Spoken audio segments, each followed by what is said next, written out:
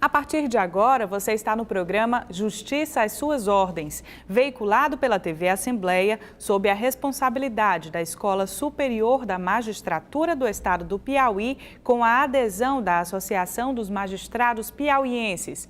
A nossa entrevistada de hoje é a professora da ESMEP, Melissa de Vasconcelos Lima Pessoa, juíza de Direito desde 2013, ex-juíza auxiliar da presidência do Tribunal de Justiça do Estado do Piauí e atualmente é juíza auxiliar da Corregedoria Geral da Justiça, onde, entre muitas outras atribuições, é responsável pelo acompanhamento do cumprimento das metas do CNJ.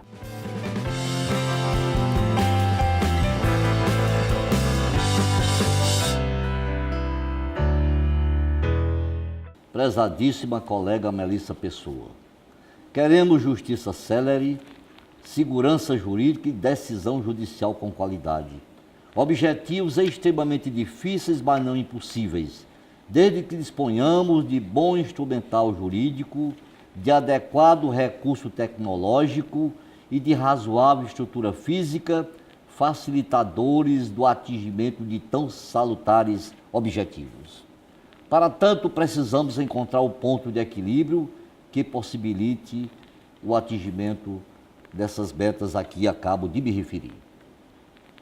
Com a sua experiência de magistrada diligente e de notável professora de processo civil, na sua avaliação, o que deve fazer o julgador para sem sacrificar a segurança jurídica e a qualidade da decisão, oferecer em tempo razoável a prestação jurisdicional reclamada pelo cidadão? Bem, boa tarde a todos. Eu inicio agradecendo o convite que foi feito para participar dessa entrevista, desse diálogo sobre direito.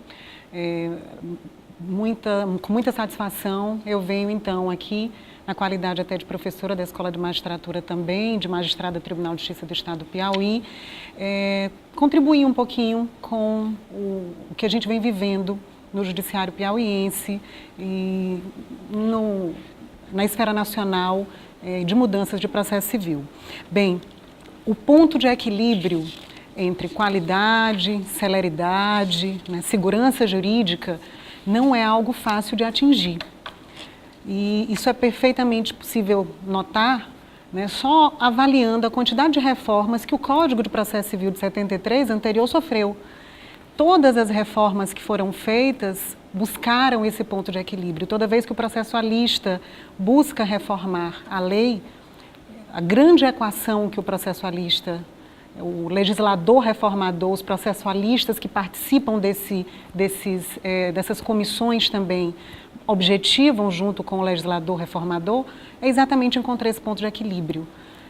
Quando a celeridade é muito grande, compromete-se a qualidade.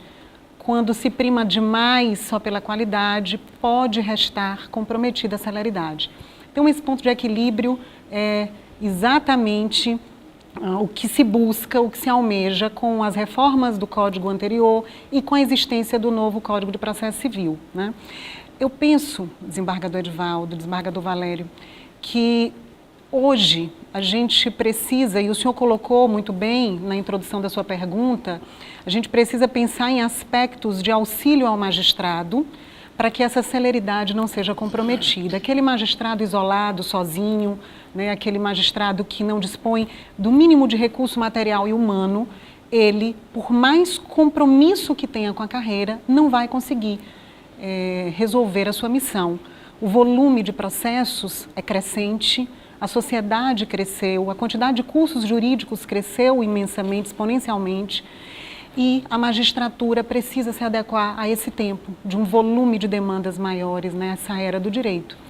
Então, é necessário que ele goze de um aparato de estrutura física e humana que dê apoio a esse magistrado no seu mistério, na sua função. E é preciso também que ele consiga organizar, tendo esse aparato, essa estrutura, se não perfeito, a gente não tem uma estrutura perfeita, mas tendo o mínimo de estrutura material e humana, que ele possa fazer, equacionar, realizar planos de gestão dentro de sua unidade, de modo a atingir metas estabelecidas dentro da própria unidade, dentro do judiciário local e pelo Conselho Nacional de Justiça. Para que essas metas possam ser atingidas, para que de fato a sociedade sinta a resposta do judiciário, é preciso que o magistrado tenha um planejamento da sua unidade jurisdicional de modo a adequá-la a toda a metodologia nacional e local, né, o atingimento das metas locais e nacionais.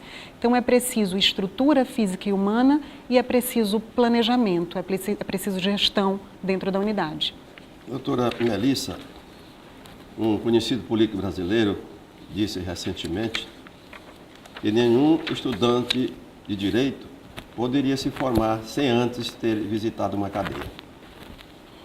Segundo esse político e alguns especialistas, as faculdades de direito estão formando os profissionais desconectados com a realidade. A senhora, como professora da Escola da Magistratura do Piauí, gostaria de ouvir sua opinião sobre isso. De fato, conhecer os ambientes que fazem parte do sistema de justiça ou de alguma forma, né, refletem o sistema de justiça é fundamental para o bom operador do direito. Eu não diria que isso deveria ser algo obrigatório. Até pelo volume de cursos que hoje nós temos no Brasil, né, você levar todo esse contingente de alunos para dentro de presídios obrigatoriamente, não sei exatamente com que frequência isso aconteceria, e as cadeias públicas hoje não são os ambientes mais apropriados, mas é preciso realizar, sim, visita, é preciso conhecer essas instituições, é preciso saber dessa realidade. Eu vou além.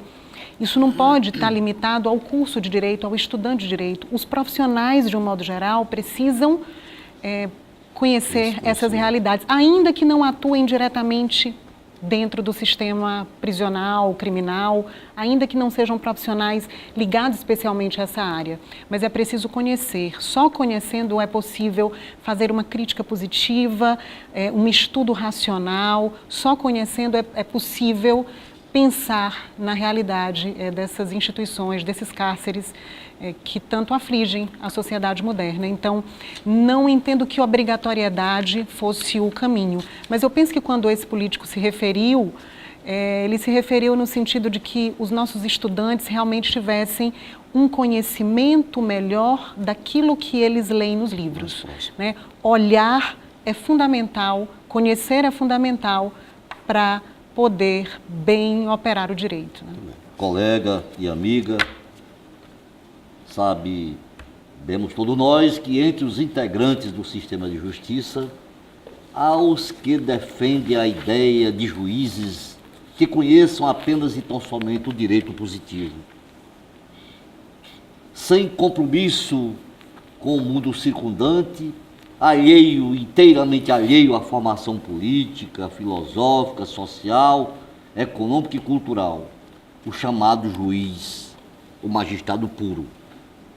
Há, entretanto, a corrente daqueles que defendem que para o desempenho da nobre e ingente função judicante, o julgador, além do conhecimento técnico-jurídico, deve ser mais do que juiz, ou seja, tem que estar sintonizado com a realidade da vida, jamais podendo prescindir de boa formação humanística, democrática, multidisciplinar, porque consoante o magistério de Benjamin Nathan Cardoso, ex-ministro da Suprema Corte norte-americana, a decisão de hoje pode vir a consagrar o certo ou o errado de amanhã.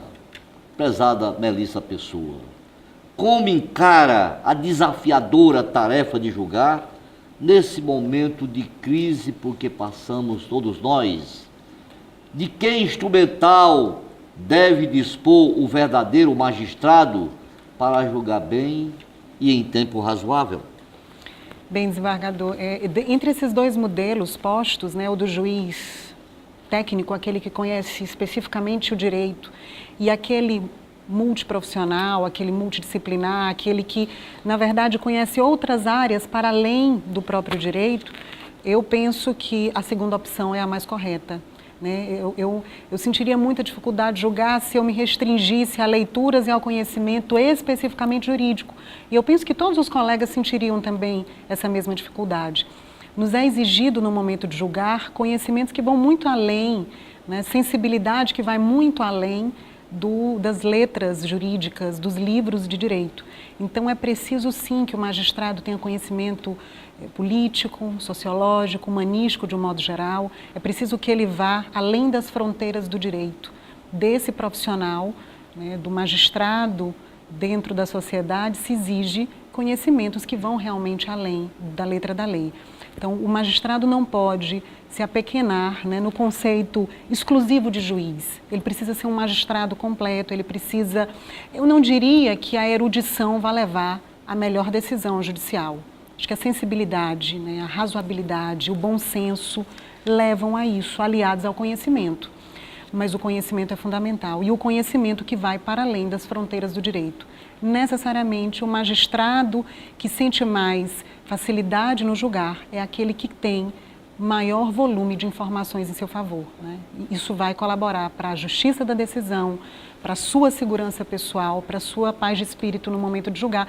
Atividade que é tão difícil, é tão pesada, né? Então, a gente até para interpretar um laudo pericial, conseguir entender sociologicamente um fato, a gente precisa de conhecimentos que vão além realmente dos nossos livros jurídicos, conhecer a comunidade em que a gente trabalha, né? Conhecer outras instituições, conhecer filosofias, né, e ideologias que a gente possa pensar, raciocinar e aplicar dentro do processo. E eu acho que isso é fundamental. Esse juiz que se isola dentro do livro jurídico e tão somente dentro desse livro, não se faz efetivamente um magistrado, e é preciso que ele vá além. Há, inclusive, quem distinga entre a figura do juiz e do magistrado, né, etimologicamente, há quem faça uma distinção. Os juízes seriam, na origem da expressão, puramente técnicos. O magistrado não, já seria aquele que goza de um aparato de informações, de valores, de cultura que fortalecem o exercício dessa profissão. Hoje em dia a gente toma essas expressões por sinônimas, né? Mas a gente não pode deixar que a figura do magistrado fique restrita ao livro jurídico. E eu penso que não é só o magistrado que tem essa obrigação, o operador do direito, o promotor de justiça, o advogado, o defensor, aqueles que operam o direito, precisam ter conhecimentos para além das letras jurídicas. É o que eu penso, né? Que o modelo ideal é esse. Iremos ter agora um ligeiro intervalo. Depois desse intervalo, recomeçaremos a entrevista.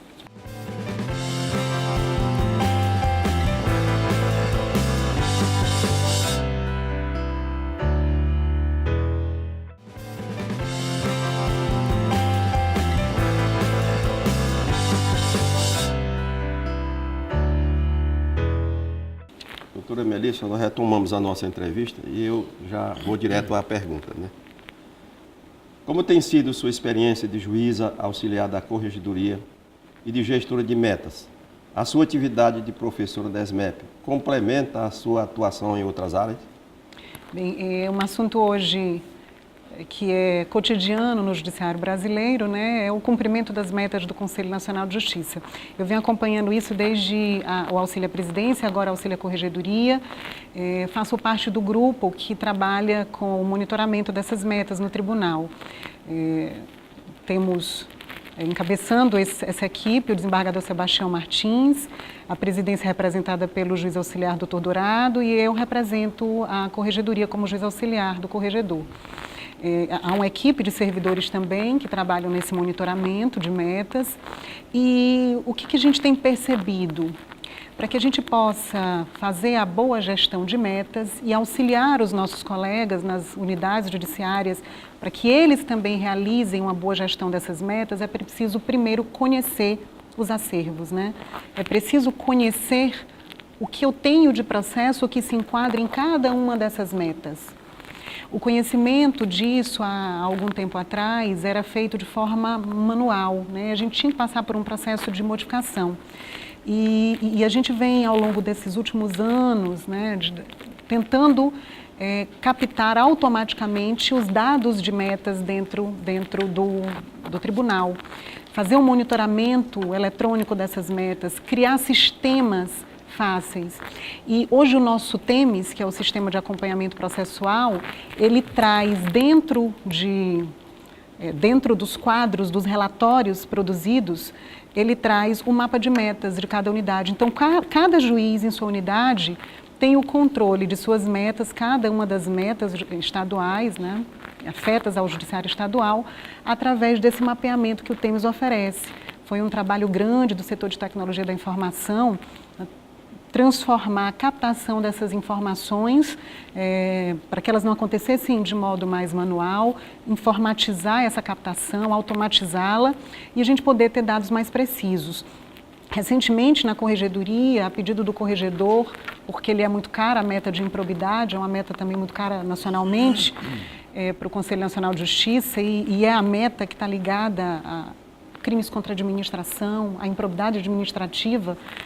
No momento em que o país passa por é passado a limpo, né, através de tantas operações, cada vez mais essa meta ganha corpo, ganha cor. E o corregedor teve uma atenção especial em relação a ela. E por conta disso e do pedido também do gestor maior, desembargador Sebastião, que faz a orientação dessas metas, a corregedoria criou um sistema de acompanhamento da meta de improbidade. Então o tribunal vem trabalhando, a corregedoria, e aí eu fico à vontade para falar disso, o senhor colocou exatamente a minha condição de juiz auxiliar da corregedoria.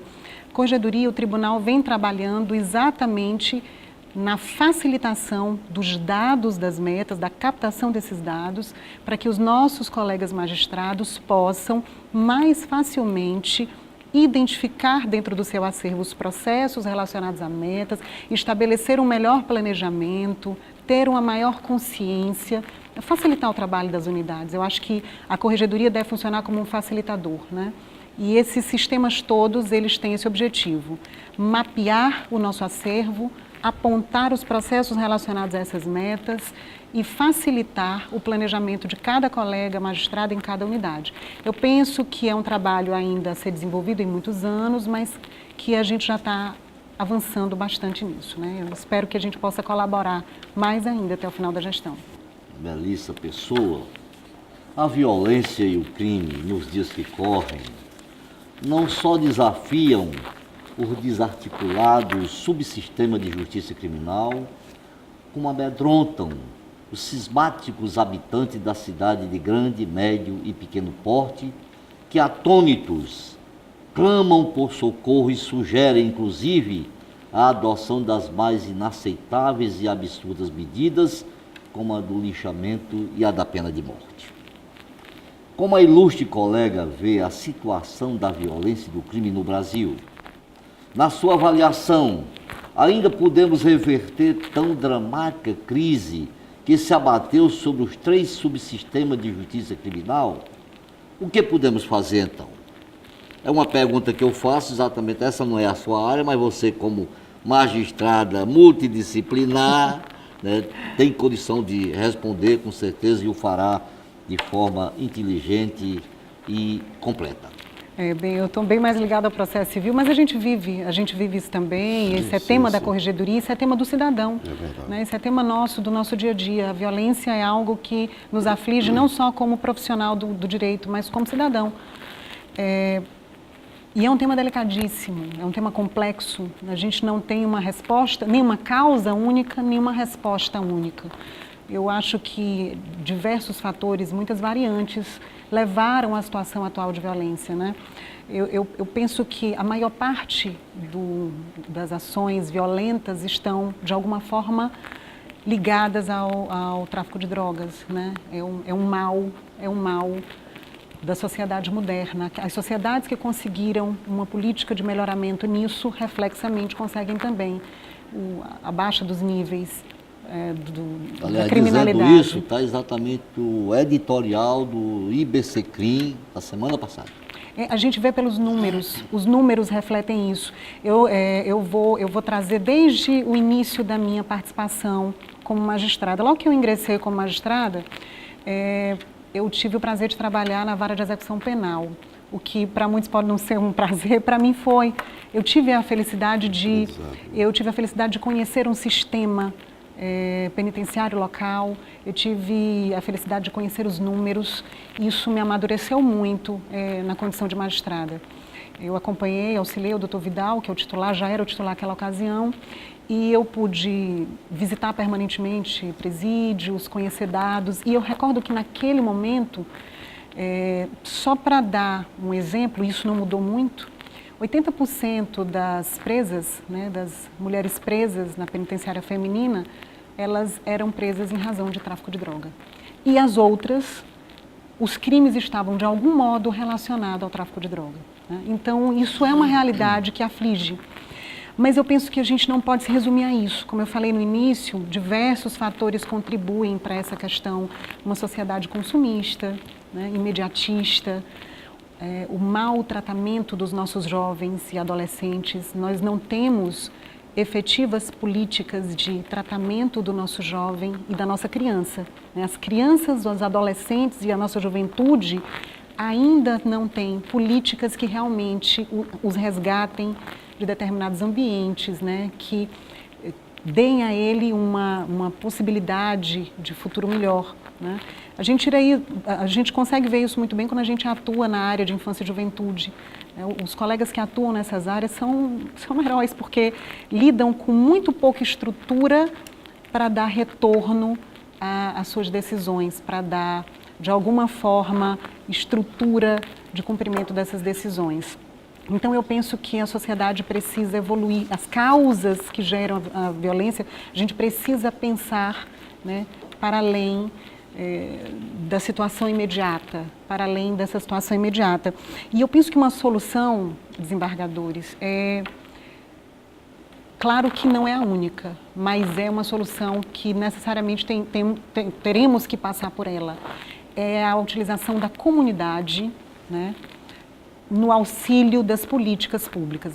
Envolver a comunidade no desenvolvimento de políticas públicas é fundamental. Hoje nós já temos a previsão disso na Lei de Execução Penal, que trabalha já num momento posterior, já na punição do crime, do ilícito penal.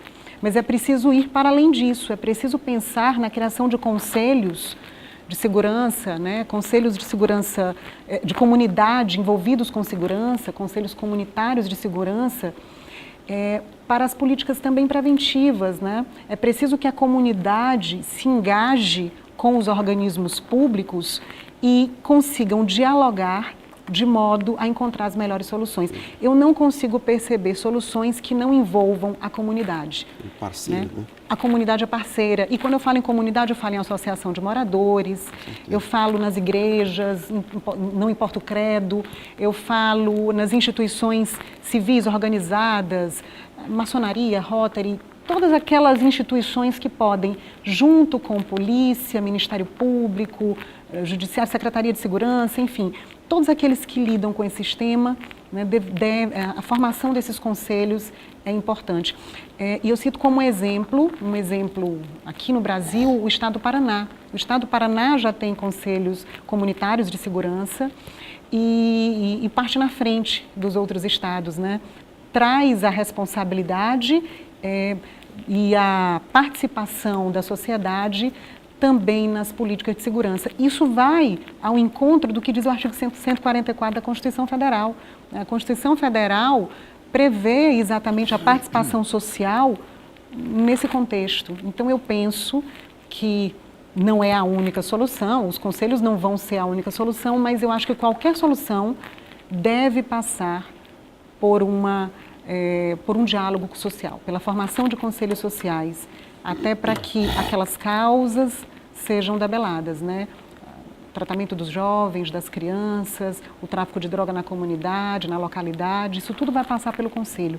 É dentro do conselho que se conhece aquela região, né? Aquele espaço geográfico em que a polícia vai atuar. Então, acho que a comunidade tem muito a contribuir. Eu estou inteiramente de acordo com a sua inteligente, bem pensada e judiciosa resposta. E gostaria de dizer, encerrando o programa, infelizmente porque o tempo se foi, que a colega é um orgulho da nossa Escola da Magistratura, que agradece não só pela sua presença, mas também pela sua extraordinária pela sua consistente e judiciosa entrevista. Muito bem. Obrigado. Sou eu que agradeço, quem agradece, desembargador. Na verdade, é uma satisfação sempre poder participar em nome das escolas judiciárias, da SMEP, do Tribunal de Justiça e poder conversar sobre direito.